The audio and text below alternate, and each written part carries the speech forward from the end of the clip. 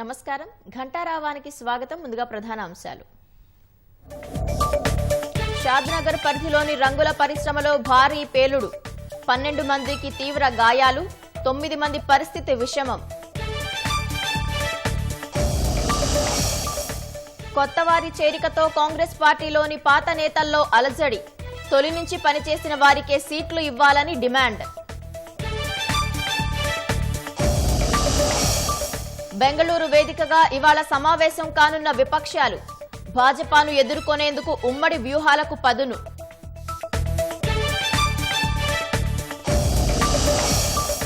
విపక్షాలకు check పెట్టేలా Bhajapa ప్రణాళికలు, రేపు NDA భేటీకి రావాలని పాత కొత్త మిత్రులకు ఆహ్వానం.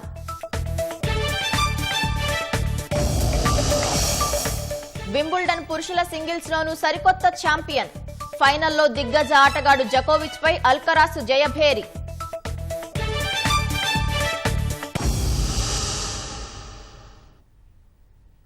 రానున్న శాసనసభ ఎన్నికల్లో కాంగ్రెస్ టికెట్ ఎవరికి ఇస్తారు, ఎవరికి దక్కాలన్న అంశంపై అప్పుడే చర్చలు మొదలయ్యాయి. ముఖ్యంగా ఇతర పార్టీల నుంచి కాంగ్రెస్ లోకి కీలక నేతలు చేరుతున్న నియోజకవర్గాల్లో హడావిడి ఎక్కువగా కనిపిస్తోంది. ఎన్నికల వేళ పార్టీలో చేరేవారికి కాకుండా ఇన్నేళ్లు పార్టీ బలోపేతానికి సేవ చేసిన నాయకులకే టికెట్లు దక్కాలనే వాదన బలంగా వినిపిస్తోంది. కొత్తగా చేరే వాళ్లకి టికెట్లు ఇస్తామని ఎవరూ చెప్పలేదని, సర్వేల ఆధారంగానే టికెట్లు దక్కుతాయని సీనియర్ నేతలు కుండ బద్దలు కొడుతున్నారు. అభ్యర్థిత్వం ఎవరికి వరిస్తుందనే అంశం ఉత్కంఠ రేపుతోంది. నాగర్ కర్నూలు జిల్లా కొల్లాపూర్ వేదికగా పాలమూరు ప్రజాబేరి సభకు ఇంకా ముహూర్తం ఖరారు కానేలేదు. కాంగ్రెస్లో చేరాలనుకుంటున్న కీలక నేతలు ఇంకా చేరనేలేదు. అప్పుడే ఎక్కడ ఎవరికి టికెట్ ఇస్తున్నారు, ఎవరికి ఇవ్వాలి అనే అంశంపై పార్టీలో చర్చ మొదలైంది. ముఖ్యంగా ఇతర పార్టీల నుంచి కాంగ్రెస్లోకి కొత్త నేతలు చేరనున్న నియోజకవర్గాల్లో ఈ చర్చ ఎక్కువగా ఉంది.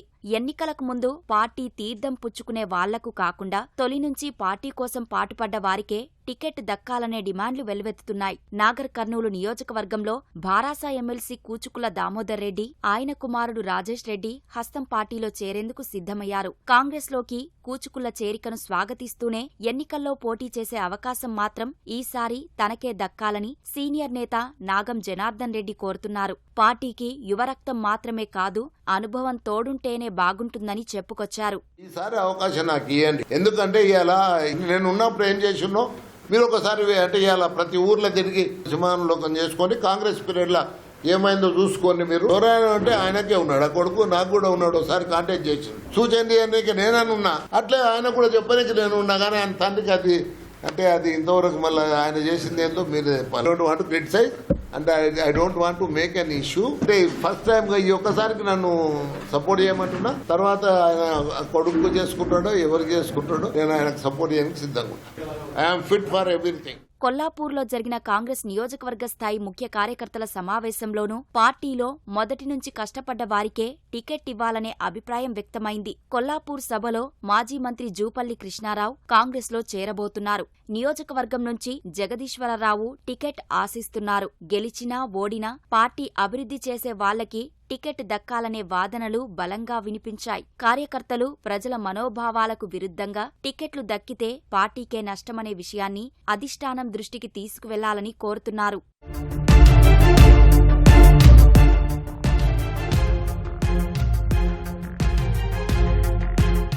కాంగ్రెస్ సీనియర్ నేత మల్లు రవి మాత్రం టికెట్ల విషయంలో నిర్ణయాధికారం అధిష్టానానికి తప్ప ఎవరి చేతుల్లోనూ లేదని స్పష్టం చేశారు. పార్టీలో చేరే నాయకులకు టికెట్ ఇస్తామని ఎవరు చెప్పలేదని, సర్వేల ఆధారంగానే గెలుపు గుర్రాలను అధిష్టానం స్వయంగా ఎంపిక చేస్తుందని కుండబద్దలు కొట్టారు. నేను కాంగ్రెస్ పార్టీలో వస్తానంటే చేర్చుకుంటామని చెప్పేటటువంటి కార్యక్రమం జరిగింది. సర్వే అని ఒక ఆయన ఉన్నారు, సునీల్ కనుగోలు టికెట్ ఇవ్వటం అనేది మల్లు రవి చేతిలోనో రేవంత్ రెడ్డి చేతిలోనో ఎవరి చేతిలో లేదు. కొల్లాపూరు ఓటర్స్ చేతిలో 100% ఉంది. జరిగేటటువంటి సర్వేలు ఒక్కసారి సర్వే జరగదు, ఇప్పుడు జరుగుతూనే ఉంది. నెలకి 2 సార్లు చేసి రిపోర్ట్ అక్కడ పెడుతున్నారు. యావరేజ్ గా నేను చేస్తున్నారు, ఏం చూస్తారు. గ్రూపు రాజకీయాలు, వర్గ విభేదాలు పక్కన పెట్టి నేతలంతా ఐక్యంగా ముందుకెళ్లడం సాధ్యమవుతుందా అన్న ప్రశ్న ఎదురవుతోంది. టికెట్లు ఇచ్చే విషయంలో కొత్తగా చేరే నేతలను, అప్పటికే నియోజకవర్గాల్లో టికెట్ ఆశించిన నాయకులను సంతృప్తిపరచడం కలుపుకొని పోవటం కాంగ్రెస్కు రానున్న రోజుల్లో సవాలుగా మారనుంది. కాంగ్రెస్లో చేరికలపై ఉత్కంఠ కొనసాగుతోంది. భారాస భాజపాలోని కొందరు నాయకులతో సంప్రదింపులు జరుపుతున్నప్పటికీ ఇప్పటికిప్పుడే చేరేందుకు వెనకడుగు వేస్తున్నట్లు తెలుస్తోంది. అసంతృప్తులను ఆయా పార్టీలు బుజ్జగిస్తుండటంతో చేరికలు ఆలస్యమవుతాయని కాంగ్రెస్ భావిస్తోంది. నాగర్ కర్నూలు జిల్లా కొల్లాపూర్లో నిర్వహించనున్న పాలమూరు ప్రజాభేరీ సభలో భారీగా చేరికలు ఉండేలా కాంగ్రెస్ ప్రయత్నిస్తోంది. భారతీయ జనతా పార్టీకి చెందిన 3-4 ముఖ్య నాయకులతో చర్చలు జరుపుతోంది. కాంగ్రెస్ ఆకర్షతో అప్రమత్తమై భాజపా నేతలు అసంతృప్తుల ఇంటికి వెళ్లి బుజ్జగించారు. 2 మాజీ ఎమ్మెల్యేలు, మాజీ మంత్రి, మాజీ ఎంపీతో చర్చించారు. భాజపా రాష్ట్ర నాయకత్వం మారిందని, పార్టీలో తగిన ప్రాధాన్యత ఉంటుందని నచ్చజెప్పడంతో ఆ 4 పార్టీ మారే విషయంలో కొంత వెనక్కి తగ్గినట్లు తెలుస్తోంది. ఇటీవల భాజపాలో చేరిన 2 నాయకులు కూడా కాంగ్రెస్ నేతలతో సంప్రదింపులు జరిపినట్లు సమాచారం. భువనగిరి పార్లమెంటు నియోజకవర్గ పరిధిలోని వారు కావడంతో సిట్టింగ్ ఎంపీ కోమటిరెడ్డి వెంకటరెడ్డి ద్వారా కాంగ్రెస్లో చేరేందుకు ప్రయత్నిస్తున్నట్లు తెలుస్తోంది.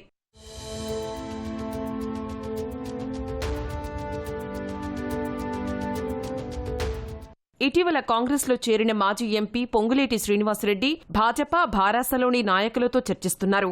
ప్రజాదరణ కలిగిన నాయకులకు తప్పకుండా కాంగ్రెస్ అధిష్టానం టికెట్లు కేటాయిస్తుందని భరోసా ఇస్తున్నట్లు తెలుస్తోంది. హైదరాబాద్కు చెందిన ఓ ప్రజాప్రతినిధి కాంగ్రెస్లోకి వచ్చేందుకు ఢిల్లీ స్థాయిలో సంప్రదింపులు జరుపుతున్నట్లు సమాచారం. సనత్ నగర్లో మర్రి శశిధర్ రెడ్డి భాజపాలోకి వెళ్లిన తర్వాత కాంగ్రెస్కు అక్కడ నాయకులు లేకుండా పోయారు. వైద్య వృత్తిలో ఉండి ఇటీవల పదవీ విరమణ పొందిన ఓ డాక్టర్ పార్టీలో చేరేందుకు మక్కువ చూపుతున్నట్లు తెలుస్తోంది.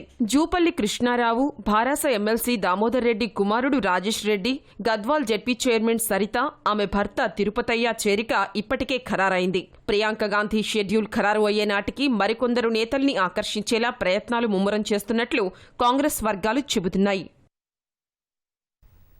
రంగారెడ్డి జిల్లా షాద్నగర్ వద్ద ప్లాస్టిక్ తయారీ పరిశ్రమలో పేలుడులో 13 మంది కార్మికులకు గాయాలయ్యాయి. పలువురి పరిస్థితి విషమంగా ఉంది. పూర్తి వివరాలను మా ప్రతినిధి రమేష్ ప్రత్యక్ష ప్రసారం ద్వారా అందిస్తారు.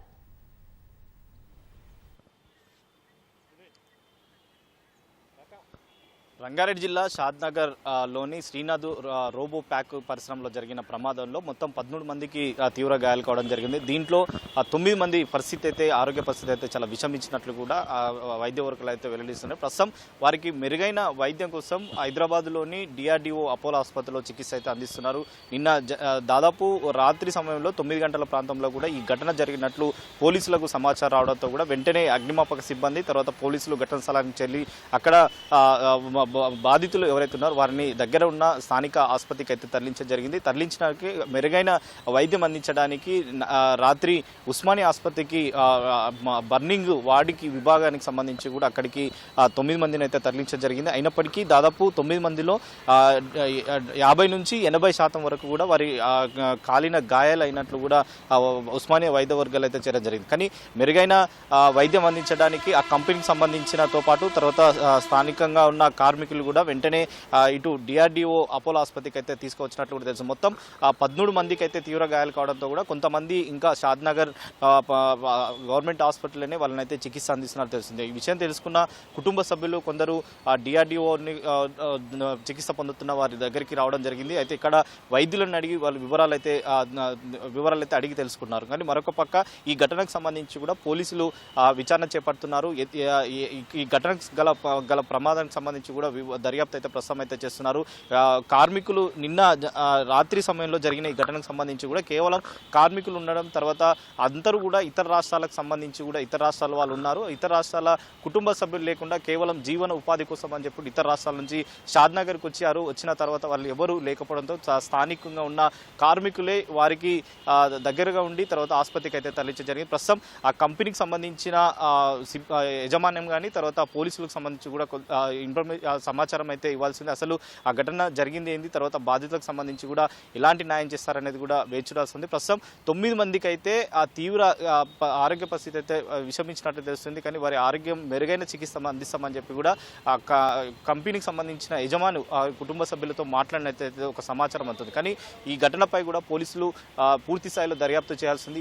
నిన్న జరిగిన ఘటనలో రియాక్టర్ పేలడం వల్లనే ఈ ప్రమాదానికి ప్రమాదం గల కారణం అని చెప్పి కూడా ప్రాథమికంగా పోలీసులు అయితే ఒక అంచనాకైతే రావడం జరిగింది.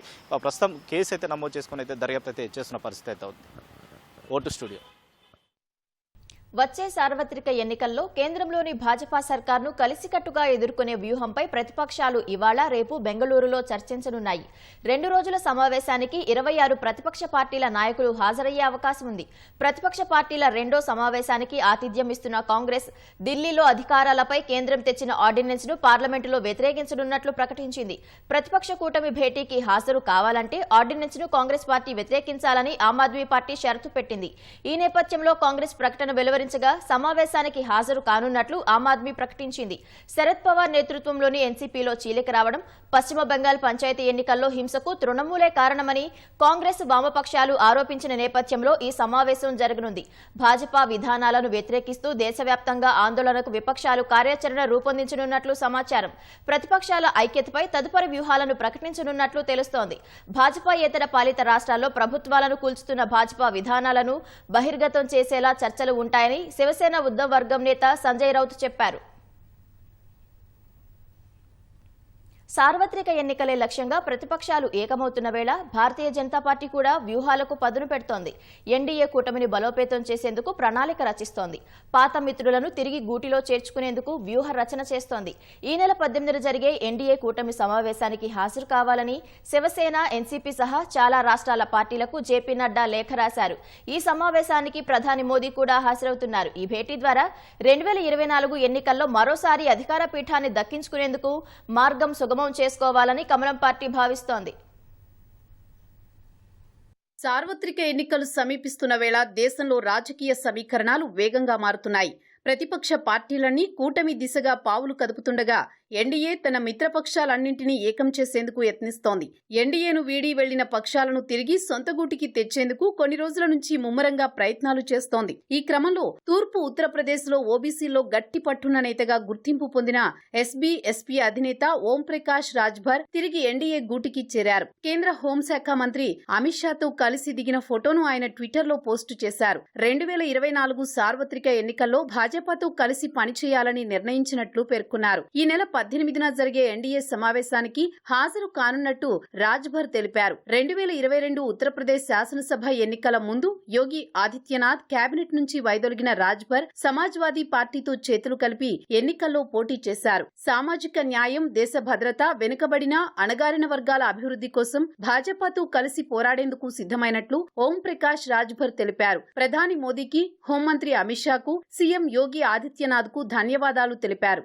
ఈ నెల 18న నిర్వహించే ఎన్డీఏ సమావేశంలో పాల్గొనాలని భాజపా అధ్యక్షుడు జేపీ నడ్డా ఇటీవల మహారాష్ట్ర సీఎం షిందే వర్గంలో శివసేనకు, అజిత్ పవార్ వర్గంలోని ఎన్సీపీకి సహా ప్రాంతీయ పార్టీల నేతలకు లేఖలు రాశారు. ఎన్డీఏ సమావేశానికి హాజరు కావాల్సిందిగా లోక్ జనశక్తి పార్టీ జాతీయ అధ్యక్షుడు చిరాగ్ పాస్వాన్ కు జేపీ నడ్డా లేఖ రాశారు. ఆహ్వానంపై స్పందించిన చిరాగ్ తమ పార్టీ నేతలతో చర్చించాకే నిర్ణయం తీసుకుంటామన్నారు. తాము పలు అంశాల్లో బీజేపీకి మద్దతిస్తూనే ఉన్నామని ఆయన గుర్తు చేశారు. బీహార్ మాజీ సీఎం జీతన్ రామ్ మాంజీకి చెందిన హిందుస్థానీ అవామ్ మోర్చా ఎన్డీఏ సమావేశానికి హాజరవ్వబోతున్నట్లు ప్రకటించింది. మహారాష్ట్ర సీఎం షిందే నేతృత్వంలోని శివసేన, అజిత్ పవార్ నేతృత్వంలోని ఎన్సీపీ వర్గం, బీహార్, యూపీ నుంచి పలు చిన్న పార్టీలు, ఈశాన్య రాష్ట్రాలకు చెందిన కొన్ని ప్రాంతీయ పార్టీలు ఈ నెల 18న ఢిల్లీలో జరిగే ఎన్డీఏ భేటీకి హాజరు కానున్నాయి. ప్రధాని మోదీ కూడా ఈ కీలక సమావేశంలో పాల్గొననున్నారు. ప్రతిపక్షాలు కూడా సార్వత్రిక ఎన్నికల్లో భాజపాను గద్దెదింపడమే లక్ష్యంగా ఏకమవుతున్నాయి. ఇప్పటికే ఒకసారి సమావేశమైన ప్రతిపక్షాలు 18వ తేదీన మరోసారి సమావేశం కానున్నాయి. బెంగళూరులో సోమవారం జరిగే ప్రతిపక్ష పార్టీల సమావేశంలో పాల్గొనే 24 పార్టీల్లో ఆమ్ ఆద్మీ పార్టీ కూడా ఉందని కాంగ్రెస్ పార్టీ వెల్లడించింది. బీహార్ ముఖ్యమంత్రి జేడీయూ చీఫ్ నితీష్ కుమార్ ఆధ్వర్యంలో గత నెలలో పాట్నాలో జరిగిన మొదటి సమావేశంలో 15 పార్టీలు పాల్గొన్న సంగతి తెలిసిందే. రానున్న లోక్సభ ఎన్నికల్లో బీజేపీని గద్దెదించడమే తమ లక్ష్యమని విపక్షాలు ప్రకటించాయి. 2024 లోక్సభ ఎన్నికల నేపథ్యంలో కర్ణాటకలో భాజపా జేడీఎస్ పరస్పర అవగాహనకు వస్తాయన్న సంకేతాల మధ్య కర్ణాటక మాజీ సీఎం బసవరాజ బొమ్మాయి కీలక వ్యాఖ్యలు చేశారు. ఎన్డీఏ కూటమితో జేడీఎస్ చేతులు కలిపే విషయమే చర్చలు జరగనున్నట్లు బొమ్మాయి సూచనప్రాయంగా తెలిపారు. ఆ దిశగా భాజపా అధినాయకత్వం, జేడీఎస్ అధ్యక్షుడు హెచ్డీ దేవేగౌడ మధ్య చర్చలు జరిగే అవకాశం ఉందని పేర్కొన్నారు. చర్చల ఫలితాలు భవిష్యత్ రాజకీయ పరిణామాలను నిర్ణయిస్తాయని అన్నారు. కర్ణాటకలోని కాంగ్రెస్ ప్రభుత్వంపై తమ పార్టీ జేడీఎస్ కలిసి పోరాడుతాయని భాజపా సీనియర్ నేత యడ్యూరప్ప వ్యాఖ్యానించారు. లోక్సభ ఎన్నికలకు సంబంధించి ఆ పరిస్థితి తలెత్తినప్పుడు పొత్తులపై నిర్ణయం తీసుకుంటామని జేడీఎస్ నేత కుమారస్వామి చెప్పారు. ఎంబీబీఎస్, బీడీఎస్, బీఎస్సీ నర్సింగ్ కోర్సుల్లో 2023-24 విద్యా సంవత్సరానికి ఆల్ ఇండియా కోటా సీట్ల భర్తీకి జాతీయ వైద్య కమిషన్ ఎన్ఎంసీ శ్రీకారం చుట్టింది. Medical counselling committee MCC schedule విడుదల చేసింది. ఈ నెల 20న రిజిస్ట్రేషన్ ప్రక్రియ ప్రారంభమవుతుంది. దేశవ్యాప్తంగా ఉన్న ప్రభుత్వ వైద్య కళాశాలల్లో 15% ఆల్ ఇండియా కోటా సీట్లు, డీమ్డ్ లేదా సెంట్రల్ యూనివర్సిటీలు, అన్ని ఎయిమ్స్లు, పుదుచ్చేరి, కారకైల్, జిప్మర్లలో ఎంబీబీఎస్, బీడీఎస్, బీఎస్సీ నర్సింగ్ సీట్లను భర్తీ చేయనున్నారు. కౌన్సిలింగ్ 4 విడతలుగా నిర్వహిస్తారు. మొదటి విడత సీట్ల కేటాయింపు జూలై 27, 28 తేదీల్లోనూ, రెండో విడత ఆగస్టు 16, 17, మూడో విడత సెప్టెంబర్ 6, 7 తేదీల్లో ఉంటుంది. 3 రౌండ్ల అనంతరం మిగిలిన సీట్లను చివరి విడతలో కేటాయించనున్నారు. తెలంగాణలో కన్వీనర్ కోటా సీట్ల భర్తీకి కాళోజీ విశ్వవిద్యాలయం కూడా షెడ్యూల్ విడుదల చేయనుంది. ఏకకాలంలో ఆల్ ఇండియా కోటా సీట్లకు, కన్వీనర్ కోటా సీట్లకు కౌన్సిలింగ్ ప్రక్రియను ఈ ఏడాది నుంచే దేశవ్యాప్తంగా అమలు చేయనున్నారు. ఈ నేపథ్యంలో ఎంసీసీ విడుదల చేసిన కౌన్సిలింగ్ షెడ్యూల్నే కాళోజీ విశ్వవిద్యాలయం కూడా అనుసరించనుందని తెలుస్తోంది. ఉక్రెయిన్ రష్యా పోరులో క్లస్టర్ బాంబుల వినియోగంపై సర్వత్రా ఆందోళన వ్యక్తమవుతున్న వేళ మాస్కో అధినేత పుతిన్ చేసిన వ్యాఖ్యలు ప్రపంచాన్ని ఉలిక్కిపడేలా చేశాయి. కీవ్కు పెంటగాన్ అత్యంత ప్రమాదకర క్లస్టర్ బాంబులను సరఫరా చేయడంపై ఆగ్రహం వ్యక్తం చేసిన ఆయన తాము కూడా ఉక్రెయిన్పై అవే బాంబులను ప్రయోగిస్తామని హెచ్చరించారు. ఈ హెచ్చరికలతో యుద్ధం ఏ మలుపు తీసుకోనుందో, ఎన్ని ప్రాణాలు పోతాయో అనే భయాలు ప్రపంచాన్ని కలవరపాటుకు గురిచేస్తున్నాయి. ఉక్రెయిన్కు అమెరికా అత్యంత ప్రమాదకర క్లస్టర్ బాంబులు సరఫరా చేయడంపై రష్యా అధ్యక్షుడు పుతిన్ స్పందించారు. మాస్కో ఆయుధాగారంలో కూడా భారీ సంఖ్యలో క్లస్టర్ ఆయుధ నిల్వలున్నాయని హెచ్చరించారు. ఇన్ని రోజుల యుద్ధంలో తమకు చాలాసార్లు ఆయుధ కొరత ఎదురైందని, అయినా ఎప్పుడూ క్లస్టర్ వెపన్స్ ను ప్రయోగించలేదని చెప్పారు. ఎవరైనా క్లస్టర్ ఆయుధాలను రష్యన్లపై ప్రయోగిస్తే తాము వాటితోనే బదులిస్తామని, అందుకు తమకు పూర్తి హక్కు ఉందని తెలిపారు. ఈ సందర్భంగా అమెరికా ఆయుధ వ్యవస్థపై రష్యాధీశుడు తీవ్ర విమర్శలు చేశారు. అగ్రరాజ్యంలో ఆయుధ కొరత ఉందని వ్యాఖ్యానించారు. గత్యంతరం లేక వేరే ఆయుధాలు సరఫరా చేయలేక క్లస్టర్ ఆయుధాలను సరఫరా చేసిందని ఆరోపించారు. యుద్ధంలో ఉక్రెయిన్ సైన్యం 155 క్వాలిబర్ తూటాలు, రోజుకు 6,000 వరకు అవసరం అవుతున్నాయని, అమెరికా నెలకు 15,000 తూటాలను మాత్రమే ఉత్పత్తి చేయగలదన్నారు. మరోవైపు యుద్ధ భూమిలో అతి భారీ స్థాయి విధ్వంసం సృష్టించే క్లస్టర్ ఆయుధాలను ఉక్రెయిన్కు చేరినట్లు పెంటగాన్ ధృవీకరించింది. రష్యా దళాలను సరిహద్దుల నుంచి పారదోలేందుకు వీలుగా వీటిని కీవ్కు సరఫరా చేస్తున్నట్లు గతంలో అమెరికా వెల్లడించింది. స్పెయిన్ కానరీ దీవులలోని లా పాల్మాలో శనివారం చెలరేగిన కార్చిచ్చు క్రమంగా అదుపులోకి వస్తోంది. వాతావరణ పరిస్థితులు అనుకూలించడంతో పాటు అగ్నిమాపక సిబ్బంది నిరంతర శ్రమతో పరిస్థితి కుదుటపడ్డట్టు అధికారులు తెలిపారు.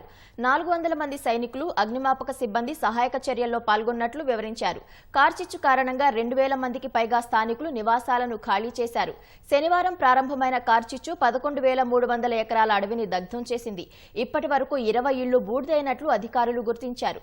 పరిస్థితి సద్దుమణిగే వరకు ద్వీపంలోని వాయువ్య ప్రాంతం దగ్గరకు వెళ్లవద్దని అధికారులు ప్రజలకు సూచించారు. అల్జీమర్స్ తీవ్ర మతిమరుపు. ఈ వ్యాధి ఎంతటి ప్రమాదకరమైందో అందరికీ తెలిసిందే. ఈ భయంకర వ్యాధిని నయం చేసేందుకు పరిశోధనలు జరుగుతున్న నేపథ్యంలో దీనికి జీన్ సైలెన్సింగ్ విధానం ద్వారా చెక్ పెట్టేందుకు శాస్త్రవేత్తలు సిద్ధమవుతున్నారు. మరోవైపు అల్జీమర్స్ కు కొంతమేర చెక్ పెట్టగల ఔషధానికి అమెరికా FDA ఇటీవలే అనుమతి ఇచ్చింది.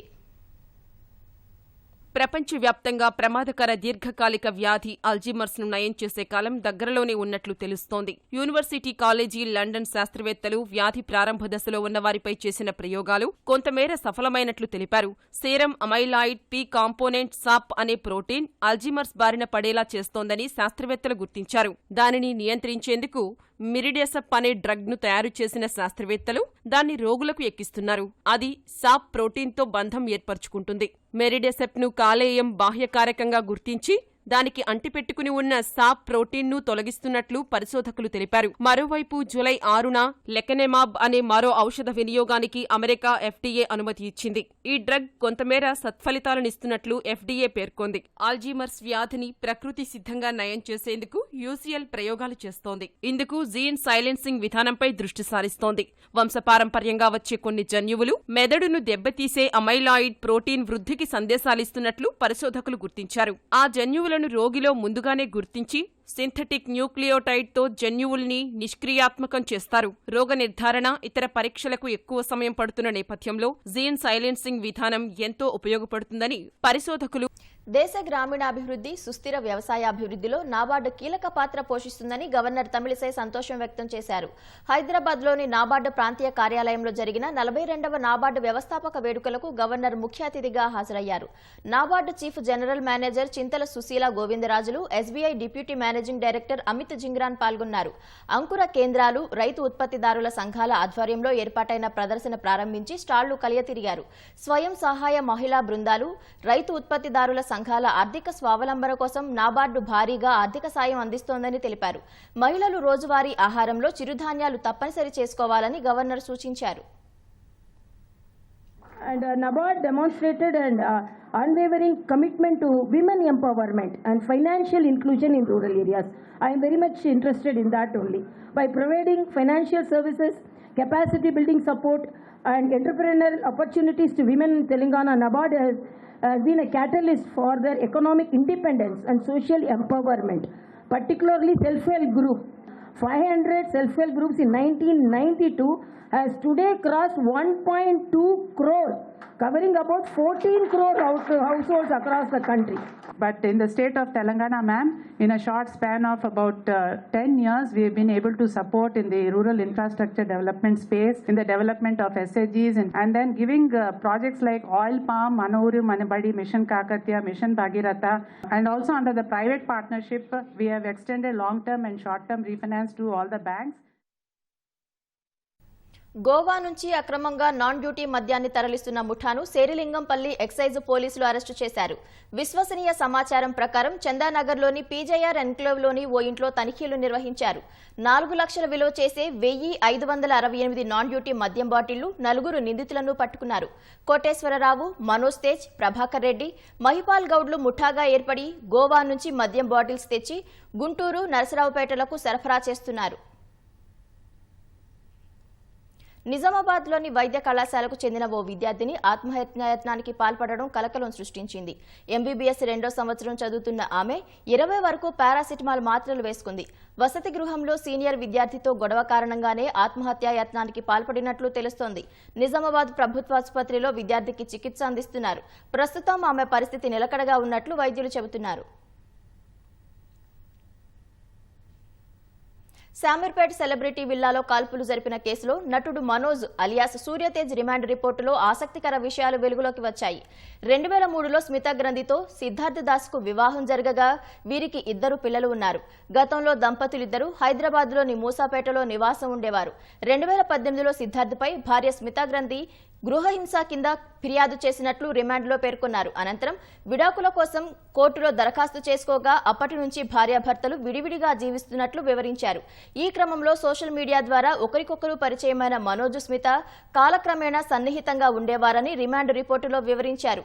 మనోజ్ స్మిత పిల్లలతో కలిసి శామీర్పేట సెలబ్రిటీ విల్లాలో నివసిస్తున్నట్లు తెలిపారు. ఈ నేపథ్యంలో మనోజ్ తమను హింసిస్తున్నట్లు స్మిత కుమారుడు CWCకి ఫిర్యాదు చేసినట్లు వెల్లడించారు. పిల్లలు తన తండ్రి సిద్ధార్థ్కు సమాచారం ఇవ్వగా ఈ విషయం అడగడానికి సెలబ్రిటీ విల్లాకు వెళ్లిన సిద్ధార్థ్పై ఇంట్లో నుంచే ఎయిర్ గన్తో కాల్పులు జరిపినట్లు విచారణలో తేలినట్లు పేర్కొన్నారు. అనంతరం సిద్ధార్థ్ దాస్ అక్కడి నుంచి తప్పించుకొని డైల్ 100 ద్వారా పోలీసులకు ఫిర్యాదు చేశారు. స్టార్ హోటళ్లే అడ్డాలు, బుకింగ్ రూములే అడ్డగోలు ఆటకు స్థావరాలు. నిజామాబాద్లోని బడా హోటళ్లు జూదానికి అడ్డాలుగా మారుతున్నాయి. మధ్యవర్తులు గదులను బుక్ చేసి ఏర్పాట్లు చేస్తుండటంతో యథేచ్ఛగా పేకాట సాగుతోంది. నిత్యం లక్షల రూపాయల చేతులు మారుతున్నాయి. టాస్క్ ఫోర్స్ పోలీసుల దాడులతో బండారం బయటపడినా కఠిన చర్యలు లేకపోవడంతో షరా మామూలే అన్నట్లుగా ఈ తంతు సాగుతోంది. మారుమూల గ్రామాలు, ఫామ్ హౌజ్లు, అటవీ ప్రాంతాల వంటివి పేకాట స్థావరాలుగా ఉండేవి. నగరాలు, పట్టణాల్లో అయితే గుట్టుచప్పుడు కాకుండా ఇళ్లలోనే జూదం నిర్వహించేవారు. కానీ కొన్ని రోజులుగా నిర్వాహకుల పంథా మారింది. ఏకంగా స్టార్ హోటళ్లనే ఇందుకు అడ్డాలుగా మార్చుకుంటున్నారు. మామూలు వ్యక్తుల్లా హోటళ్లలో రూములు బుక్ చేసుకుని అనంతరం పేకాట రాయుళ్లకు సమాచారం ఇస్తున్నారు. నేరుగా రూముల్లోనే ఆడిస్తున్నారు. నిత్యం లక్షల రూపాయలు చేతులు మారుతున్నాయి. ఇటీవల నిజామాబాద్లో ఈ బండారం బయటపడింది. ఆర్గనైజింగ్ పేకాట నడుస్తుందన్న పక్కా సమాచారంతో నగరంలోని వంశీ ఇంటర్నేషనల్ హోటల్లో టాస్క్ ఫోర్స్ పోలీసులు దాడులు చేశారు. 2 రూముల్లో పేకాట ఆడుతున్న 22 మందిని అరెస్టు చేశారు. ఓ గదిలో 9 మంది నుంచి 4.5 లక్షల నగదు, 3 ద్విచక్ర వాహనాలు, 9 సెల్ ఫోన్లు స్వాధీనం చేసుకున్నారు. మరో గదిలో 13 మంది వద్ద నుంచి 69,000 నగదు, 13 సెల్ ఫోన్లు, 3 ద్విచక్ర వాహనాలు స్వాధీనం చేసుకున్నారు.